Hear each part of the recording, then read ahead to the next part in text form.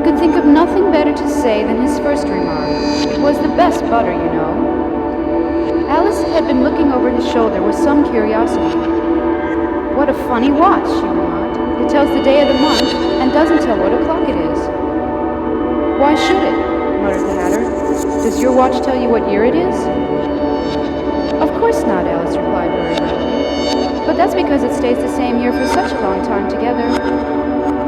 Which is just the case with mine, said the Hatter. Alice felt dreadfully puzzled. The Hatter's remark seemed to her to have no sort of meaning in it, yet it was certainly English. I don't quite understand you, she said, as politely as she could. The Dormouse is asleep again, said the Hatter, and he poured a little hot tea upon its nose.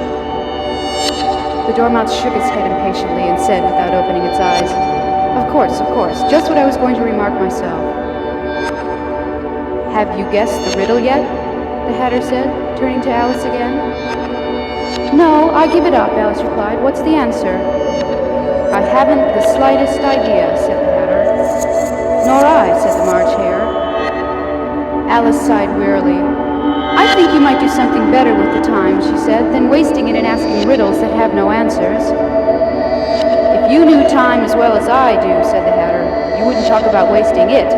It's him. I don't know what you mean, said Alice. Of course you don't, the Hatter said, tossing his head contemptuously. I dare say you never even spoke to time. Perhaps not, Alice cautiously replied. But I know I have to beat time when I learn music. Ah, that accounts for it, said the Hatter. He won't stand beating. Now, if you only kept on good terms with him, he'd do almost anything you liked with the clock. For instance, suppose it were 9 o'clock in the morning, just time to begin lessons.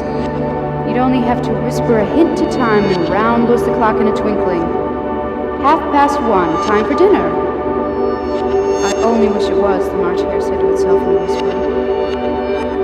That would be grand, certainly, said Alice thoughtfully, but then, I shouldn't be hungry for it, you know.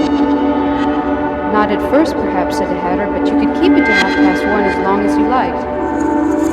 Is that the way you manage? Alice asked.